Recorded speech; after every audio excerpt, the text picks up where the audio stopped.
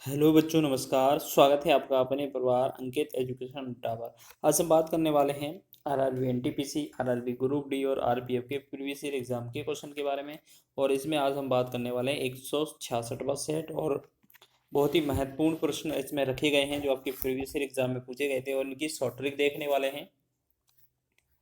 तो यहाँ पर लिखा है पहला क्वेश्चन कि शांत जल में एक नाव की चाल 14 किलोमीटर प्रति घंटा है। यह धारा की दिशा में 1 घंटा 45 मिनट में 28 किलोमीटर जाती है। तो धारा की चाल ज्ञात कीजिए। तो जैसे धारा की चाल मान लेते हैं, हमने धारा की जो चाल मानी है वो x मान लेते हैं, ठीक है। और जो नाव की चाल है वो आपकी कितनी हो जाएगी, 14 किलोमीटर प्रति घंटा हो जाएगी, ठीक है। अब धारा की दिशा में जाएंगी तो इनकी जो सापेक्ष चाल होगी, यहाँ पर सापेक्ष चाल लिख लेना है। सापेक्ष चाल जो होगी वो धारा की दिशा में क्या होती है, जुड़ जाती है। तो नाव की 14 प्लस धारा की x दोनों जुड़ जाएगी। अब समय दिया है कितना, समय को देखो सही से फ्रैक्शन में लेंगे। यहाँ लिखा है 1 घंटे 45 मिनट। 45 मिनट को घंटे में चेंज करेंगे, 60 से भाग कर देंगे। 15 थी 45, 15 चौके 60 और 4 एकम 4, 4 और 3 जोड़ेंगे 7, 7/4 इसका समय है। और डिस्टेंस कितना है, 28 किलोमीटर है। तो बोला जा रहा है कि धारा की दिशा में चाल क्या होती है, चाल बराबर दूरी बटा समय। तो चाल होगी 14 प्लस एक्स बराबर चाल बराबर दूरी बटा समय। तो दूरी कितना दिया हुआ है, 14 किलोमीटर बटा में समय कितना दिया हुआ है, 7/4। 7/4, 4 नीचे ना लिख के हम ऊपर कर देते हैं। तो हमने देखा यहाँ ये कट जाएगा, ठीक है। ये 7 दूना 14 हो जाएगा। यहाँ पर एक सेकेंड मिस्टेक कर दिया, यहाँ पर ये क्या है, 28 था इसका मान। जो इसका जो वैल्यू है वो 28 था। देखो यहाँ पर दूरी कितनी है, 28 थी ना, 28 ही लिखेंगे हम। बटा में आपका जो समय कितना था, ये दूरी 28 ही थी, समय कितना था, 7/4। 7/4 लिखेंगे तो 4 को ऊपर लिख देंगे, 7 नीचे। 7 एकम 7, 7 चौके 28 और ये होगा 4 चौके 16। तो हमने देखा 14 प्लस एक्स का जो वैल्यू आया वो कितना आ गया, 16 आ गया। अगर हम 14 को उस तरफ पक्षांतर करेंगे तो एक्स बराबर कितना हो जाएगा, ये 2। तो 2 इसका राइट आंसर हो जाएगा कि धारा की चाल कितनी है, 2। पहला ए ऑप्शन सही हो जाएगा। नेक्स्ट क्वेश्चन की बात करेंगे। एक मोटर बोट जिसकी चाल शांत जल में 11 किलोमीटर प्रति घंटा है, वह धारा की दिशा में 2 घंटा 20 मिनट में 28 किलोमीटर की दूरी तय करती है। धारा की चाल ज्ञात कीजिए। तो यही सेम क्वेश्चन है, इसी पैटर्न पर आधारित। तो धारा की चाल मान लेते हैं एक्स है और जो नाव या बोट है उसकी जो चाल है वो आपकी 11 किलोमीटर है। सापेक्ष चाल की बात की जाए, एक दिशा में सापेक्ष स्पीड जो है, जो चाल है वो क्या बनेगी, 11 प्लस में एक्स बन जाएगी, ठीक है। आपसे टाइम बोला है, तो टाइम कितना है आपका, 2 घंटे 20 मिनट। 2 घंटे 20 मिनट का मतलब है ये 20/60 कर देंगे। 20 से कम 20, 20 दिया 60, तो 3 दूना 6 और एक जोड़ेंगे 7, तो ये 7/3 हो जाएगा। उसके बाद आपका दिया हुआ है दूरी, दूरी कितना दिया हुआ है, 28 किलोमीटर, ठीक। अब आपको निकालना है चाल। तो चाल बराबर क्या होता है, एक्स दूरी बटा समय। तो सापेक्ष चाल क्या लिखा है, 11 प्लस एक्स बराबर दूरी कितना है, 28 किलोमीटर और समय कितना लगा है, 7/3। 7/3 का मतलब है 3 हम ऊपर कर देंगे। 7 से 7 एकम 7, 7 से 7 चौके 28। ये 11 प्लस एक्स का जो वैल्यू बनेगा वो 4 दिया 12 बन जाएगा। और जब 11 को पक्षांतर करेंगे तो एक्स का जो वैल्यू बनेगा वो 1 बनेगा। तो इसमें जो सी विकल्प है हमारा, इसका राइट आंसर हो जाएगा, सी इसका सही है। आगे बात करेंगे। नेक्स्ट क्वेश्चन है तीसरा कि सुरेश एक लग्जरी नाव से 4 घंटे 15 मिनट में नदी की धारा की दिशा में 34 किलोमीटर की दूरी और 3 घंटे 10 मिनट में नदी की धारा की विपरीत दिशा में 19 किलोमीटर की दूरी तय करता है। वर्तमान में नदी प्रवाह की गति क्या है। देखिए अब क्या है, क्वेश्चन को थोड़ा सॉल्व करना पड़ेगा हमें। बोला है 4 घंटे 15 मिनट में, 4 घंटे 15 मिनट को जो टाइम है वो सही से बना लेते हैं। यहाँ पर 4 घंटे 15 मिनट का मतलब है 15/60 कर देंगे। 15 एकम 15, 15 चौके 100, 4 चौके 16, 1 17/4 हो जाएगा पहला समय, ठीक है। फिर दूसरा बोला है कि 3 घंटे 10 मिनट में। तो दूसरा समय क्या दिया है, ये टाइम वन था हमारा। अब टाइम टू दूसरा क्या दिया हुआ है, 3 घंटा 10 मिनट। 3 घंटे 10 मिनट का मतलब है 10/60 कर देंगे इसे। 0 से 0 कट जाएगा, 36 18 1 19, तो ये बनेगा 19/6। अब आप यहाँ पर देखेंगे क्वेश्चन में क्या लिखा है कि 4 घंटे 15 मिनट में नदी की धारा की दिशा में 34 किलोमीटर जाती है। तो आप देखो, वैसे तो नदी की धारा की चाल ज्ञात करनी है, तो हम ऐसे यहाँ पर क्या है, धारा की चाल जो है वो x मान लेते हैं। ठीक, जैसे आपको बताया जाए कि 34 किलोमीटर जाना है किसकी दिशा में, धारा की दिशा में, धारा की दिशा में।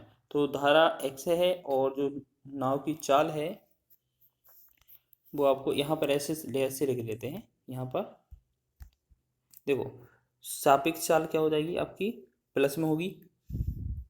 तो नाव की चाल कितनी है पहले तो देख लेते हैं।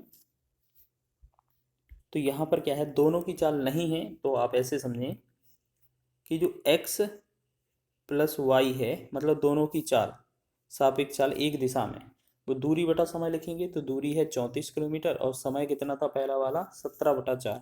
17 नीचे लिख देंगे और ऊपर लिख देंगे 4। तो 17 एकम 17, 17 दूना 34, 2 चौके 8, यानी कि x प्लस वाई का वैल्यू 8 बन गया। दूसरी चीज़, विपरीत दिशा में x माइनस वाई करेंगी तो जाती है कितना किलोमीटर, 19 किलोमीटर जाती है। दूसरे वाले का समय कितना है, 19/6। तो 19/6, ये ऊपर 6 कर देंगे, 19 कट जाएगा, तो ये बनेगा हमारा 6। तो हमने देखा x प्लस वाई का जो वैल्यू है वो आया 8 और x माइनस वाई का वैल्यू जो आया वो 6। हमने आपको कई बार बताया है, अगर आपका प्लस में और माइनस में दो बार में एक वैल्यू दी हो, अगर आपसे बड़ी वैल्यू पूछा जाए तो दोनों को जोड़कर 2 से भाग करना है, और छोटी वाली वैल्यू पूछे तो घटाकर 2 से भाग करना है। तो यहाँ पर नाव और धारा में नाव हमेशा बड़ी होती है, लेकिन पूछा हमसे नदी के प्रवाह की दर है, तो आपसे वाई का वैल्यू पूछा है। वाई का वैल्यू कैसे निकलेगा, 8 और 6 का अंतर करेंगे बनेगा 2, और इसमें हमेशा 2 से भाग करना है, तो 2 एकम हो जाएगा 2। तो 1 किलोमीटर प्रति घंटा ऑप्शन नंबर सी इसका राइट हो जाएगा। ठीक है, हमेशा आपको क्या करना है, भाग करना है 2 से। अगर बड़ी चाल पूछा जाता तो हम 2 से जोड़कर भाग करते। नेक्स्ट क्वेश्चन लिखा है हमारा, एक नाविक धारा के विपरीत 24 किलोमीटर और धारा की दिशा में 36 किलोमीटर की दूरी तय करता है और हर बार 6 घंटे का समय लेता है, धारा की चाल ज्ञात कीजिए। तो इसी बेस पर आधारित था। जैसे हम मानेंगे एक दिशा में x प्लस वाई इसकी चाल हो जाएगी, और ये पहले पहले विपरीत वाला दिया है तो पहले विपरीत वाला लिख लेते हैं। ठीक है, x माइनस वाई धारा की विपरीत दिशा में जाता है तो 24 किलोमीटर जाता है, और कितना समय लगता है, 6 घंटे। तो 6 चौके 24, यानी कि इसको आया 4 घंटे। ठीक है, 4 किलोमीटर प्रति घंटे। फिर दूसरी वाली चाल दी है, दोनों की सापेक्ष चाल प्लस में, क्योंकि एक ही दिशा में जाएंगी फिर तो कितने किलोमीटर, 36 किलोमीटर कितने की स्पीड से जाते हैं, कितने समय में, 6 समय में। 6 एकम 6, 6 चिंग 36, तो ये बनेगा 6 किलोमीटर प्रति घंटा। ठीक है, अब हमने बताया है कि x माइनस वाई मतलब एक प्लस में दिया हो, ये एक ये माइनस हो गया, x प्लस वाई ये कितना है, 6। अगर एक प्लस एक माइनस दिया है तो आपको बड़ी वाली वैल्यू निकालना है, तो दोनों को जोड़कर भाग करना है, और छोटी वाली निकालना है तो दोनों को घटाकर 2 से भाग करना है। हमसे पूछा है धारा की चाल, धारा की चाल छोटी होती है, नदी के प्रवाह की चाल छोटी होती है, तो हम क्या कह सकते हैं कि जो y का वैल्यू है वो हमसे पूछा है, तो 4 और 6 का अंतर आएगा, वो 2 आ जाएगा, बटा में 2 हमेशा कर देना, 2 से भाग करेंगे तो ये बनेगा 1। तो 1 किलोमीटर प्रति घंटा इसका राइट आंसर हो जाएगा। तो ऑप्शन नंबर सी इसका सही विकल्प हो जाएगा। आगे बढ़ेंगे अगले प्रश्न की ओर। एक नाव जिसकी शांत जल में चाल 15 किलोमीटर प्रति घंटा है, 4.5 घंटे में धारा की दिशा में 30 किलोमीटर जाती है, और धारा की विपरीत दिशा में चलकर धारा की वापस आती है, धारा की चाल ज्ञात कीजिए। तो हम क्या कह सकते हैं, जो शांत जल में नाव की चाल है वो है आपका 15, यानी कि जो नाव की चाल है वो 15 किलोमीटर प्रति घंटा है, और आप धारा की चाल मानेंगे तो धारा की चाल आप x लिखेंगे। ठीक है, धारा की चाल x लिखेंगे। तो हमें क्या करना है, वो पहली बार 30 किलोमीटर जाती है पहले, तो क्या करते हैं, एक ही दिशा में जाती है, तो हम क्या करेंगे, 15 प्लस x दोनों की सापेक्ष चाल जोड़ देंगे। फिर 30 ही किलोमीटर वापस आती है, तो क्या है, ये विपरीत दिशा में आती है, फिर 15 माइनस एक्स कर देंगे। तो इन दोनों स्थितियों का अगर समय जोड़ा जाए तो हमें लगता है 4.5 घंटे। अब आपको ये चेक करना है कि इसमें से क्या रखा जाए, इसमें से क्या रखा जाए कि आपका जो समय है वो आंसर 4.5 हो जाए। जैसे हमने क्या है, सभी विकल्प रख कर देखते हैं, तो हमने सबसे पहले ऐसा विकल्प ढूंढना है कि जिससे कट जाए। हमने पहले 5 विकल्प रख के देखा, 4 से कटेगा नहीं, 19 से जाएगा नहीं भाग, तो 4 5 ले लेते हैं x की जगह पर। ठीक है, वेरीफाई करके देखते हैं एक बार। 30 बटा में 15 और 5 20 हो जाएगा, और प्लस में 30 बटा में और 15 में से 5 जाएगा 10 बनेगा, बराबर में अगर ये 4.5 आया तो हमारा आंसर सही हो जाएगा। जी इस वाले 0 से 10 कट जाएगा, 1 0 से 1 0, 2 से भाग करेंगे 3 में तो ये बनेगा 1.5 और प्लस में ये 3 अलग से है तो बराबर 4.5 हमारा बनना चाहिए।